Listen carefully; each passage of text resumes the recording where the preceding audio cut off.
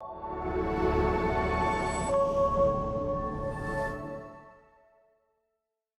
a confidence coach in Calgary who works with businesses and individuals, I have seen that confidence looks different for everyone.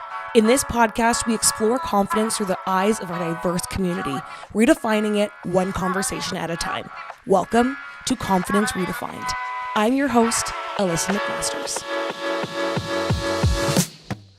Today, we are sitting down with Bonnie J. Kaplan. Bonnie is currently a professor emerita at the Cumming School of Medicine at the University of Calgary.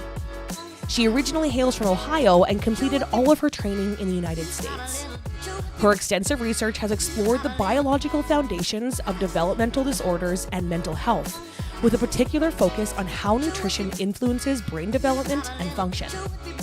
Her work to integrate nutritional knowledge into mental health care has earned her numerous accolades, including the Dr. Rogers Prize in September 2019, recognition in 2017 as one of Canada's 150 difference makers in mental health, and a recent distinction as one of Calgary's top 7 over 70.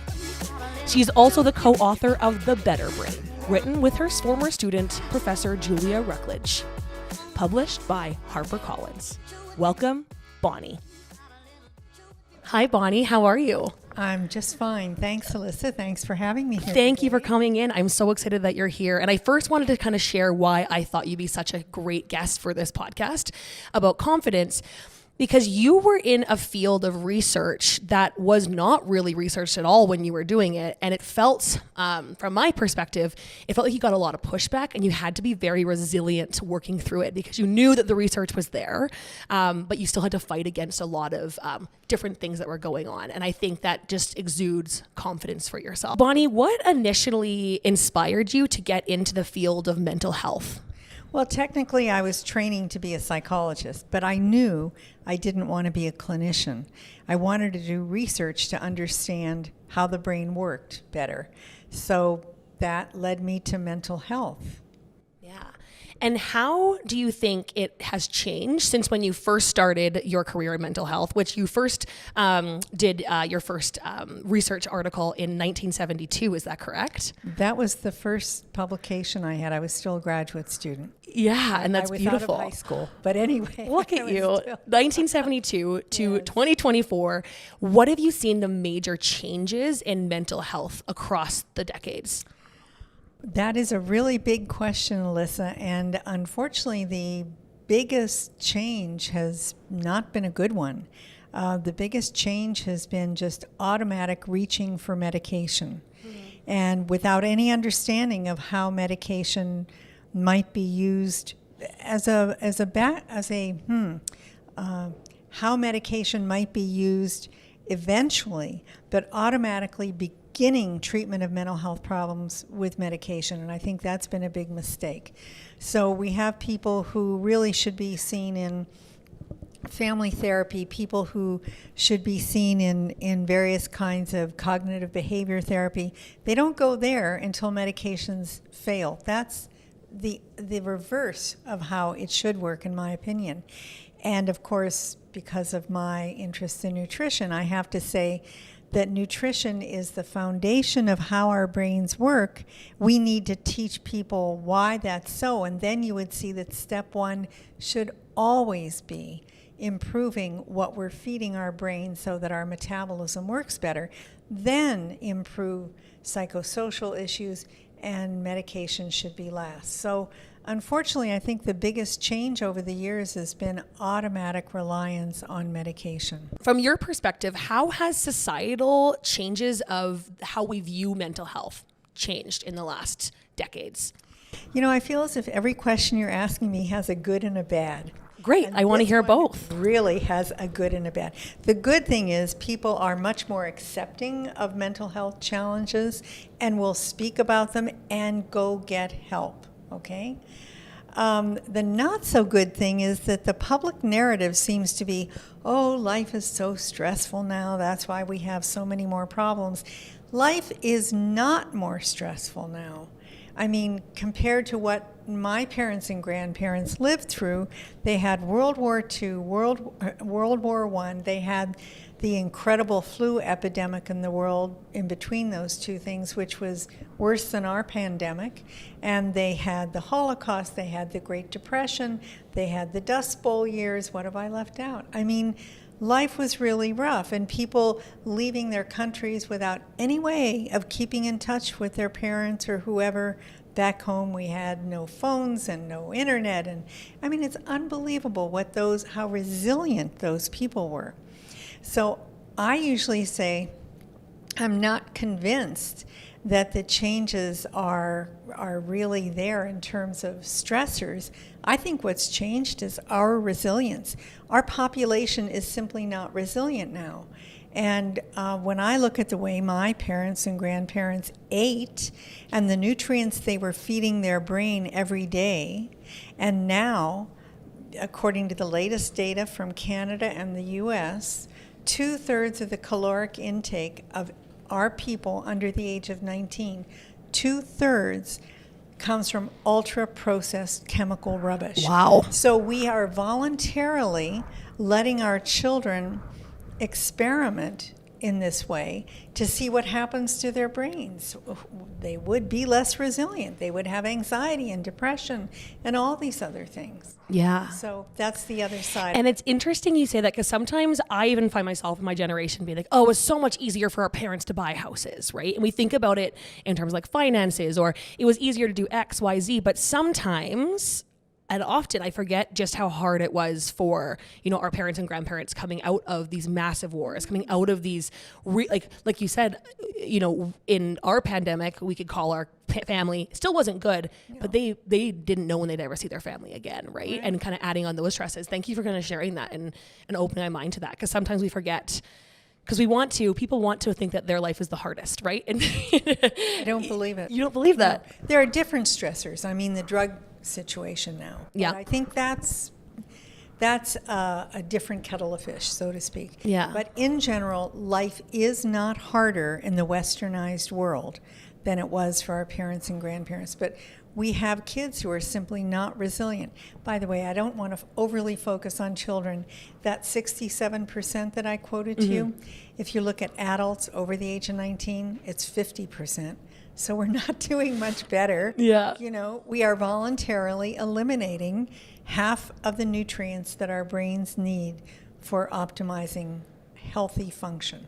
Wow. That's what people aren't being taught yet. And I think now we're talking a little bit more about nutrition. We learn about it when it comes to mental health. Even my doctor, when I got diagnosed with hypothyroidism and Hashimoto's, started talking about an autoimmune protocol diet, which is an elimination diet, taking out a lot of things and really only eating, like your book also talks about, things that your ancestors can recognize, right? Focusing on that meat and those vegetables. And when you started your research, people didn't really talk about that. No, not at all. They're still not talking about it very much with respect to mental health. Only physical health problems like what you're facing. But still, I mean, to me, the most logical thing in the world, this is kind of my fantasy world. Welcome to my fantasies. The logical thing is that anyone going to any kind of clinician for help with a mental health challenge would first go through a brief review of what their regular dietary intake consists of, and then would be taught why they should be improving their dietary intake. And I love that, the why. And we talked about this as well, is we're often told how, we're told what we should do. You should do this, X, Y, Z. But actually, how do we do it? So let's kind of get into this next question. So you started your research on how nutrition affects mental health in 1972 when it wasn't talked about, and it still really isn't talked about right now. But how did you keep your confidence to keep doing the research even when you were facing adversity and pushback? So I think I'll give you two answers to that. One is to acknowledge the role of my mother, who really believed that it was very important to be an independent thinker. And she had not had the opportunity to get an education post-World War II, post-Depression, etc. My parents were very affected by that. So she always said, I've raised my two daughters to be independent, and that's what happened. But the other side of it is, when you know you're right, how can you not have confidence to fight back? I read the research in the neurosciences. I did a postdoctoral training in neurosciences. I knew what nutrients do in the brain. The vast majority of people in our society do not know what nutrients do in the brain. That's chapter 2 of our book. And I really think that when people know why they should change the way they eat, that's how you bring about behavioral change. You don't bring about behavioral change by saying, do this, do that, A lot of books do that. Say, eat this and you'll feel better. Well, that's not necessarily true, first of all. And secondly, I just don't think it's as motivating as thinking about, oh, I'm going to eat this to feed the neurotransmitters in my brain today. So knowing that you're right and then seeing lives transformed when they took additional nutrients, I think that's what gave me the confidence to go on. Knowing that you're right. I just love that. And really understanding, especially in the medical field where you have quantifiable research in front of you that tells you that you're right. Yes. Yeah. But we are all the products of our education. So you will never hear me be disrespectful of the physicians who simply were not taught about nutrition. They weren't taught about nutrition. They get their medical education from drug companies. That has changed in my lifetime. I've watched that change. And, unless they have the initiative to go and learn on their own, it's going to be a long time before we see a change in psychiatry. Yeah. Let's talk about chapter 2. We brought that up, Sure. why. Tell us why it's so important to really focus on your nutrition in regards to your mental health. And I know that's a huge question because there's lots of different micronutrients, gut biomes, and mental health. But if you could think of an overreaching why, what would that look like for you? So I'll try to keep this very simple, okay? Metabolism is a big word, but all that it means is transformation of one chemical to another. And there are billions of metabolic steps happening in our brain and body all the time. But our brain is the organ that sucks up more of the nutrients that we ingest than any other organ. So why is it doing that? Well, it turns out that our nutrients, especially the minerals and vitamins, are cofactors in every metabolic step. So in chapter 2, we explain, we don't use much jargon in this book. We made sure of that. It's for the general public. But in chapter 2, we teach one word, cofactor. And so here's what a cofactor is. You've got chemical A that has to be transformed to chemical B. Maybe chemical B is serotonin, something you've heard of, that you know you need to manufacture in your brain because you can't eat it. Can you tell me a food that you would eat that has serotonin? There aren't any. There is none. I was like, maybe chocolate and then I get serotonin. No, save your breath there. No, it doesn't work. So if you want that to happen so that your brain, which is very clever, synthesizes, manufactures serotonin, you have to have lots of cofactors to make the enzyme work. That is because almost all of our reactions are enzymatic. So the enzyme is trying to change chemical A to chemical B, but unless you give it the gas, that engine is not going to work. And the gas, the cofactors, are minerals and vitamins. And we don't manufacture them ourselves. Very, very little of just a few of them. So we have to eat tons of minerals and I shouldn't say tons, but there are about 30. People they'll say, people will tell me I get this vitamin, and they'll name 3, and they'll study. Scientists even will study 5 or 6, but we need about 15 vitamins and 15 minerals every single day. Where are you going to get them? You have to be eating real food. And something that you said as well, how the brain takes so much of these nutrients and we don't correlate it with mental health in kind of the public eye, right? We think, our physical health, and you need, B, you're going to help me out. We need vitamin D to feel good. Right. We don't talk about the why, right? So we're just expected to get all these medications and micronutrients, but to get all them, eat them, take supplements, but we just don't really understand the why. So that's a really interesting why. Thank you so much for explaining that. Okay, so something in your book, The Better Brain, that really stood out to me, and I'm gonna read it because I want to quote it exactly. It is the role of scientists to be the critic and the conscience of society and to investigate ideas no matter how controversial. I love this. Where did you get the confidence to continue being that conscience? I'll go back to what I said before, and that is I saw people's lives transformed. I didn't expect to. I said we're all products of our education. I was taught that minerals and vitamins were important. I was taught, well, I learned, actually it wasn't in any of my coursework, but I went and learned about what they did in the brain. But I still thought they were minimally important. They were kind of a baseline, a foundation. And they are. They're the foundation of how our brains work. But I didn't know how transformative they could be until 1996.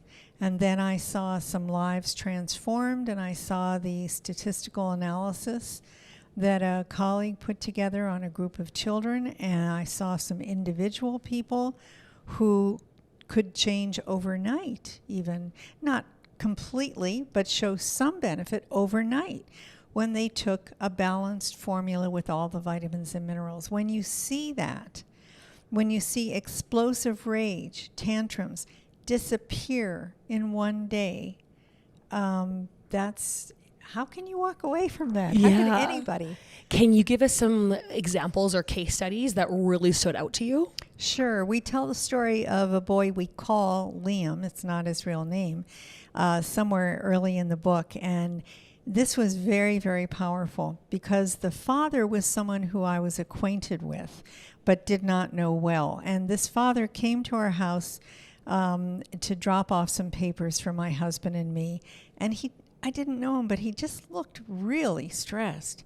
And I said something like, is work very busy lately?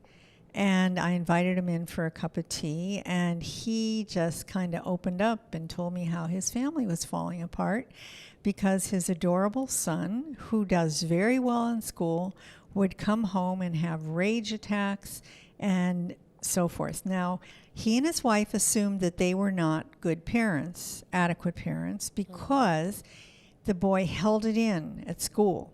And he came home and, attack after attack. So they took parenting courses, they went to family therapy, they did everything they could to try to improve their parenting. But this boy, Liam, just was still going on and on. I think he was 6 or 7 when I first met him.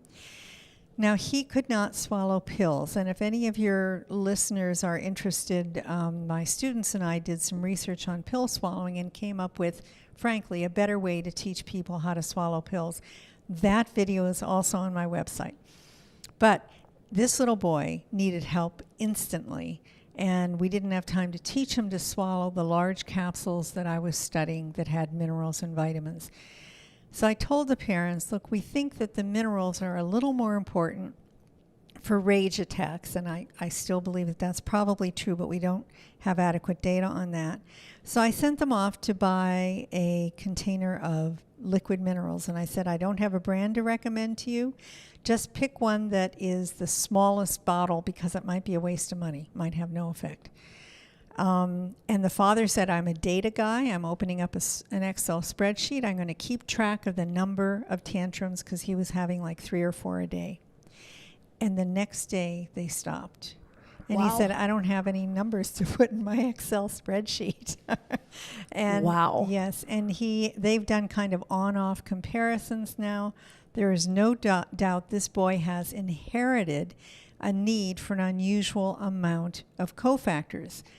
I don't know if you have time to get into that. Yes. But do you? Okay, well, this family is interesting because emotional dysregulation runs in the family, people with anxiety and depression and so forth. And this little boy eats wonderfully. I don't know how we could have improved his diet. And yet, when we added the minerals, and then, by the way, I think we should have them together so He did learn to swallow the pills, and he became a champion pill swallower, and he takes vitamins and minerals now. So when we did that, the tantrum stopped. So that tells us that he probably has inherited a need for more than the average amount of micronutrients, meaning minerals and vitamins, to make his metabolic pathways work optimally. We know that this is a reality. We know the mechanism for it in some physical health problems, and there are some very famous biochemists who've written examples of it. There are about 50 mutations that are known to affect how much of the micronutrients are needed for the enzymes to work for some physical health problems, but nobody has studied it yet in mental health.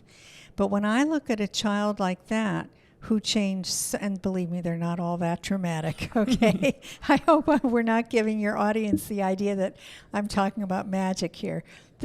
You wanted a dramatic example. You bet. So I'm giving it to you, but they're not all this good.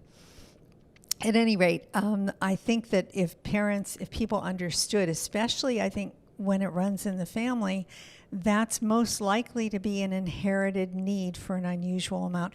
I mean, you might need more magnesium than I do. We have no way of testing for that, for optimal brain metabolism. And I might need more B1 than you do. And again, there's no way to test for that, but there are these individual differences. Is that too much in No, one I love answer? it. And I want to go back a little bit because I found it really interesting how these parents thought they were bad parents, right? Oh, sure. How this doesn't just affect this young man. This also affects his entire family unit, also affects his entire classroom unit. You know, when one person can kind of change their mental health, especially through micronutrients, it changes the whole community around them, right? So I think that's an also really beautiful thing too. It's so systemic and really it's a huge ripple effect that we see now through generations. That's really beautiful. Do you have any other examples that are really standing out to you? Why don't may I tell you about a study? I'd love to hear a That's not study. an individual child that way, but so what's been published since the book came out is the largest multi-center trial. And when you use the word trial, it usually means clinical trial with randomization and placebo controls, which is what this had. So it's not an N of one story. It's an excellent first-rate scientific study. It was run by a principal investigator at Oregon Health and Sciences University, Dr. Jenny Johnstone, and the other two sites were Ohio State University and University of Lethbridge. So it was 2 countries, 3 sites, a lot of bureaucracy to deal with, very challenging study. And the participants were children who met criteria for ADHD, but one other thing. They also met criteria for having severe problems with emotion regulation. Not all ADHD children do, although many do. So what they showed when they broke the blind at the end is much greater improvement in the children who had gotten the real formula of roughly 30 minerals and vitamins compared to those who got a placebo. And now they're publishing study after study looking at all kinds of biomarkers.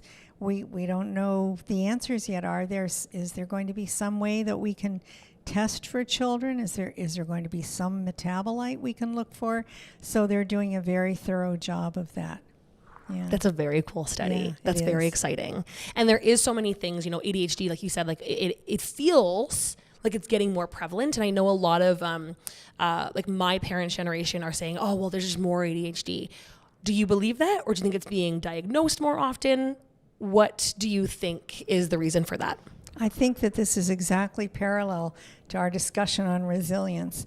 I think that there's something going on that is not genetic, but it relates to dietary intake. It's probably not the whole story. Yes, people seek help more. Yes, it's being diagnosed more. But I don't think that can account for all of the change. Yeah. Yeah. I love what we're talking about in terms of micronutrients too, because a lot of people that I work with talk about body image and they go on all these diets and they try all these fad things. And your research says if we really just eat the food that our ancestors could recognize, that's a really good place to start. And the fad diets at the end of the day aren't going to work for our mental health. Well, that last phrase I don't want to support yet because Okay. there's interesting data coming out. Tell me more. Well, I'm not an expert. I think the foundation is to eat the way our ancestors ate. I think of it, our nutrition is our foundation, and we should not be voluntarily eliminating nutrients from our diet. It makes no sense. But there are some interesting things coming out from ketogenic diet, intermittent fasting, etc. It's just that they're very hard to follow, and I don't think anyone is doing the right study yet, which is first do something like just improving dietary intake. Second, add one of the broad spectrum, 30 minerals and vitamins for which there's very good empirical support all over the world. And only then, if there is still a significant problem, try ketogenic, intermittent fasting, or whatever. Again, people always go for the faddish kind of thing, and that's kind of silly to me. Go for the fundamentals. Totally. First, And it feels just so overwhelming. And I know also a lot of people with different kinds of disordered eating patterns, diet really scares them. So I like the concept of like a lifestyle change, right? Just eating foods, you don't have to cut anything out. Actually, possibly adding things might be really good for the micronutrients and the kind of gut microbiome. Can we talk a little bit about the gut microbiome as well? The reason why I ask is there's a lot of really interesting things coming out. Our generation's talking about it, like drinking kombucha and eating kimchi to make sure that we have good biota. Thank you so much. Yes. What kind of advice do you have to really increase that, and why is it so important? Let's talk about the why again.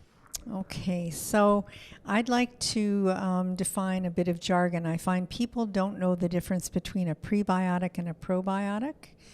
So prebiotics, we should have signs in every grocery store in the produce section saying, get your prebiotics here, because the healthy fibrous fruits and vegetables are prebiotics.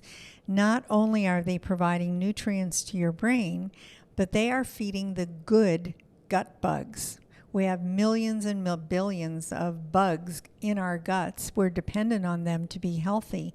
We have to feed them.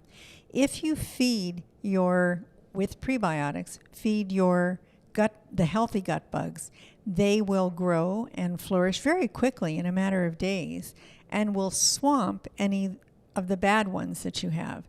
And again, we right now don't have tests that you can do easily to determine what your community looks like. Okay, it's a microbial community in our guts. And we have these communities all over our bodies too. No one talks about those, but I mean, there are different communities of microbes living on your eyebrows and your eyelashes and your mouth, etc.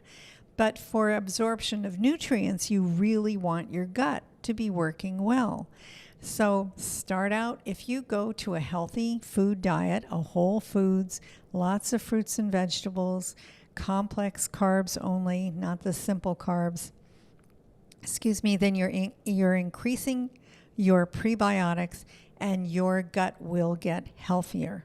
So you'll be improving nutrient intake in your brain two ways. One, directly from the foods, and secondly, because they'll be absorbed better from a healthy gut. But some people need more. And so some of the probiotics that people are taking are very helpful for them.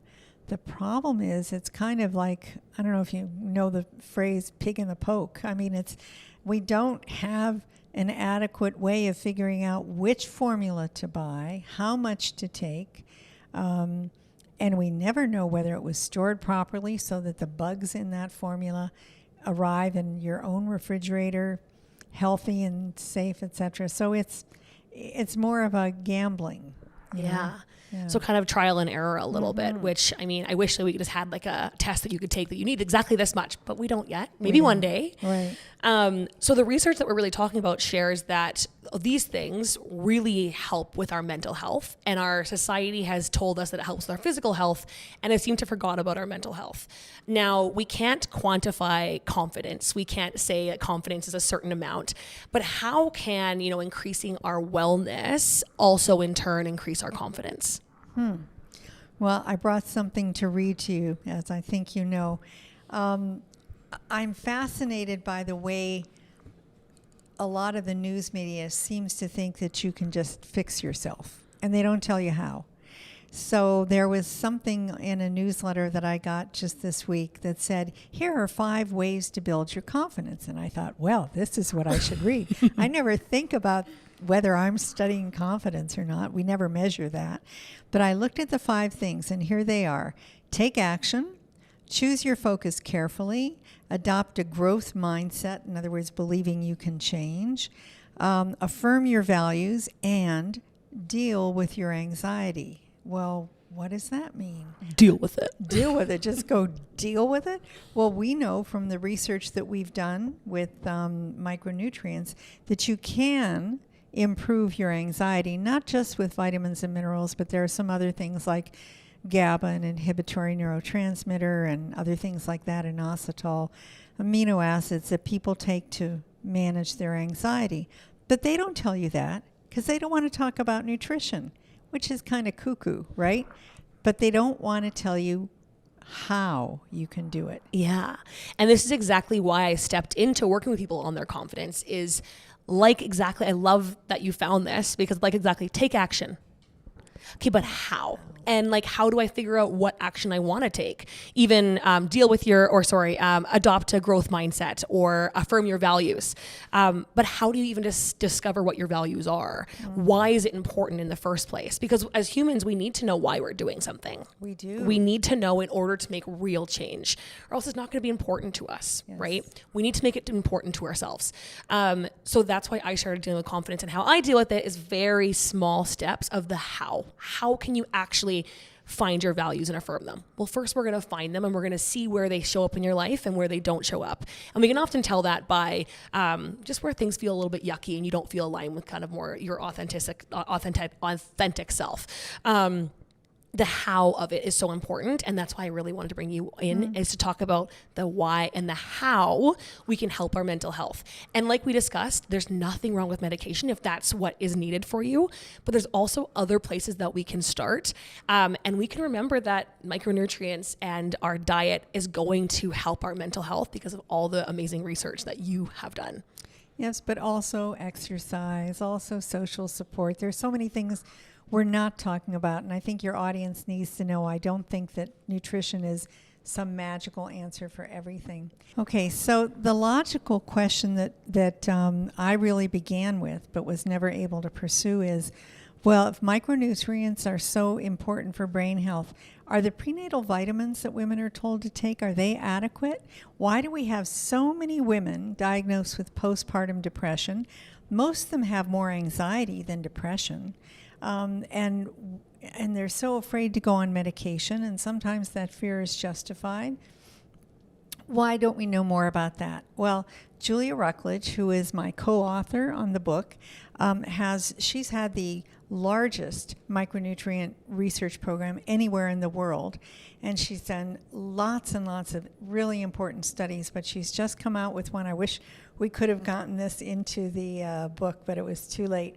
It's called, the acronym for it is NutriMum, and they recruited a bunch of women who were pregnant and experiencing some symptoms of anxiety and depression prenatally, and they were randomized to different situations, and it was as blinded as you would ordinarily do. And then they studied the outcome for the women and also the babies, and I think they're up to 6 months now. And the results are magnificent. They showed that the women who took additional minerals and vitamins actually did much better in terms of their mental health. And we have to remember that the mental health of a mother perinatally can result in fatalities, right? I mean, some of these women, we've had it happen in Canada.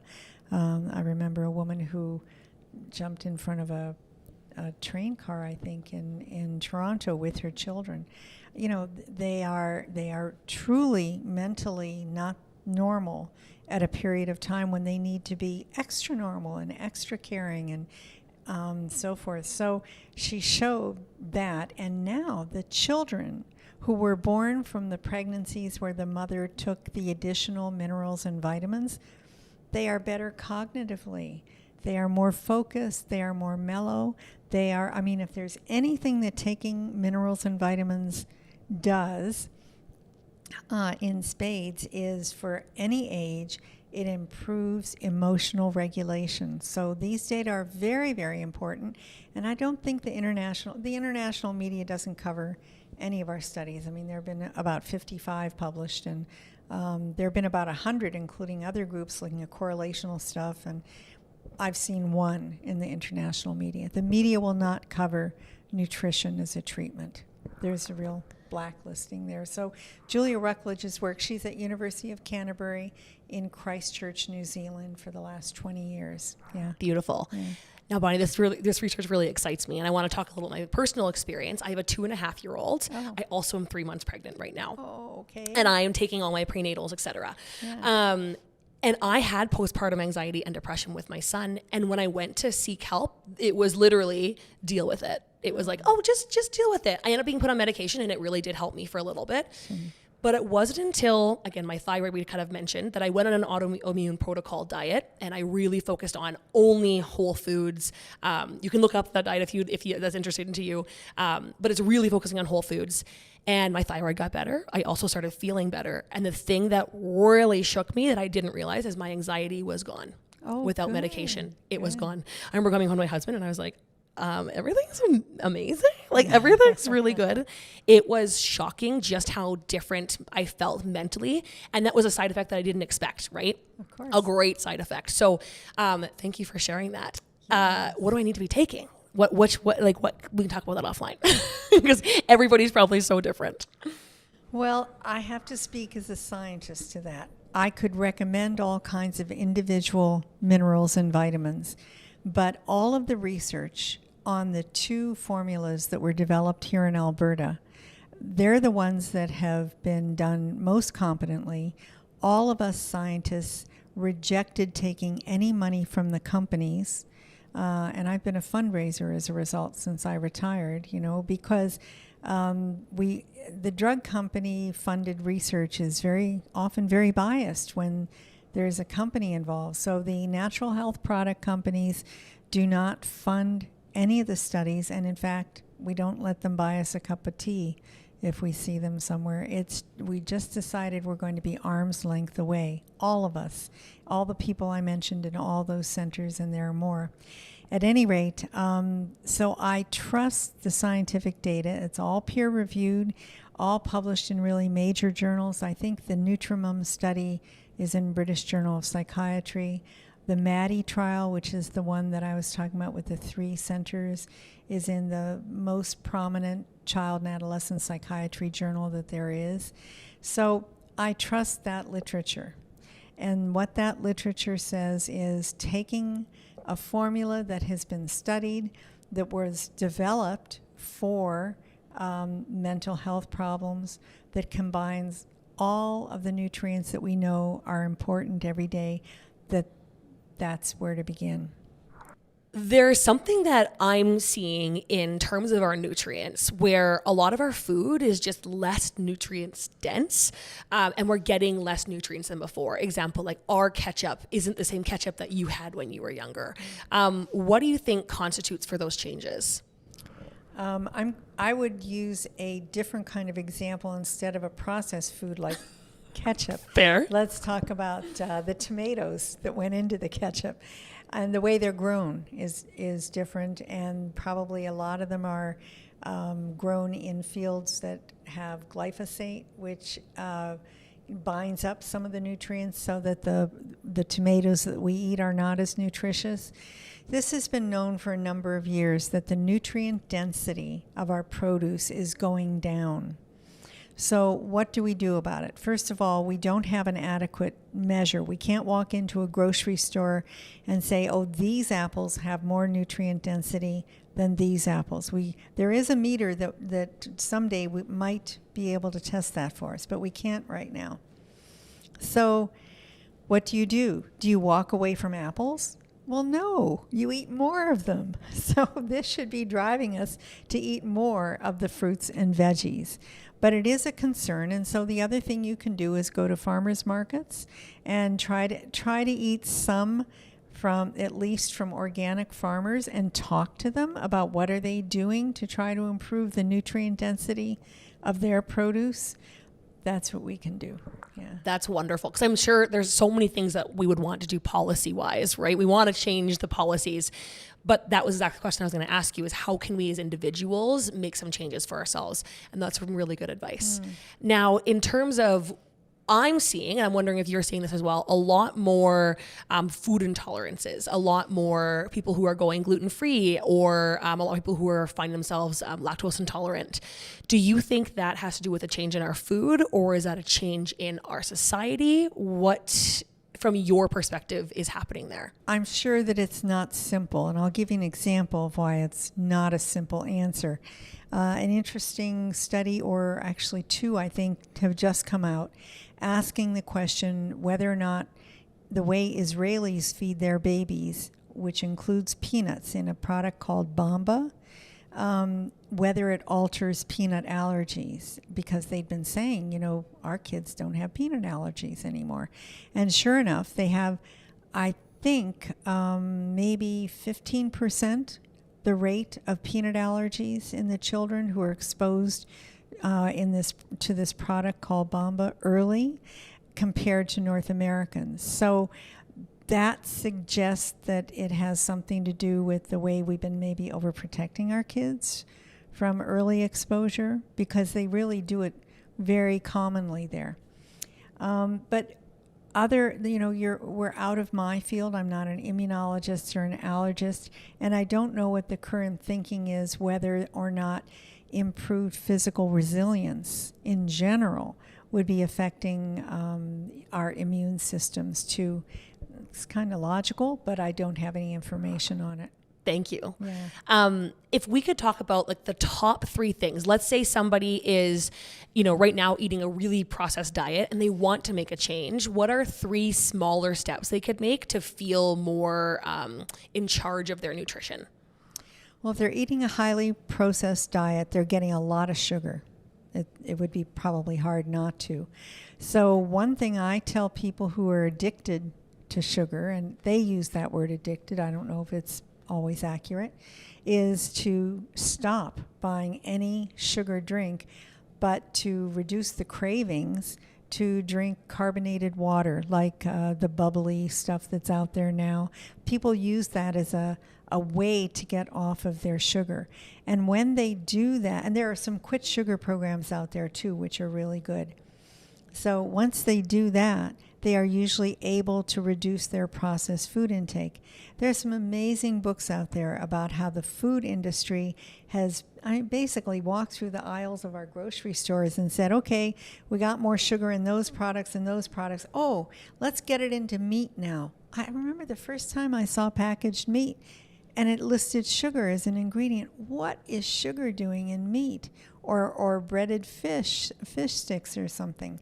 The ultra processing that's gone on to hit the sweet spot to make us crave more of sugar and also salt and also fat. These companies make big bucks off of us. So prevent your money going toward this, Right. and get yourself off of it. Whenever you're looking at ultra processed whatever, ask how you could eat that in a more whole foods manner. And there's usually an answer. So Bonnie, I love talking about your research and it's going to help so many people, but I also want to talk a little bit deeper about you. In your career, what is one of the biggest challenges or adversity that you faced, and how did you overcome it? Well, I'm not sure I did overcome it. Health Canada stepped in and shut down my research in 2001 because I was studying dangerous vitamins and minerals. And the Director General wrote me a letter and ordered me to send the patients in our current clinical trial, which had been funded by the province of Alberta, ordered me to hand them back to their psychiatrists and get them back on medication. Okay. That meant all of my students who wanted to study this, I had to make sure they didn't, because it could have hurt their academic careers. And for 4 or 5 years, I could not do any kind of research at all. but I was really mad. So I looked for every situation I had. We had some data, anonymous data in databases. We published that. We did a whole lot of other things to raise awareness and so forth. And I went over to New Zealand and got Julia motivated to study it. Because the broad spectrum formulas are the way to go. Not necessarily just the two in Alberta. There will be others. We want there to be others, but that is the way we should be looking at nutrition. And people keep looking at it as magic bullets. Friends will ask me, Bonnie, tell me which vitamin I should take to make sure that my brain functions well. And I say, well, first of all, it's not just vitamins, it's minerals. And secondly, I can't list them all here. I mean, there are roughly 30 of them, which is all the vitamins and minerals that we know about. Plus, there are also amino acids. And also, notice I never talk about essential fatty acids, but we do need to get our omega-3s every day. And we have generations of kids now who don't eat fish. So many of them don't eat fish.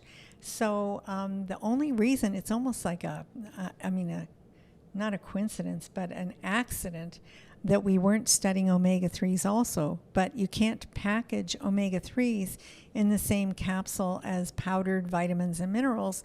And so it was became a separate issue. But people should always eat fish and I think it's kind of with everything. People really want they just want the magic pill. They want give me something that will make you feel better. Right. And it does take work, right? Like working on your wellness, your mental health, working on your confidence. It takes small steps that we have to continue to work on. There is no magic, like you said, magic bullet that's just going to fix everything. It's a combination of everything, and nutrition is one of those things. Right. Now, Bonnie, how I found you was through a really special award in Calgary. Oh, yeah. You, in 2021, you won the 7/70 award in Calgary. What did that feel like? Well, I was shocked. Really, I was in awe. I still am, because I think there are many volunteers and people doing interesting things over 70 that are more impactful than what I'm doing. They have this one criterion. It has to be something that you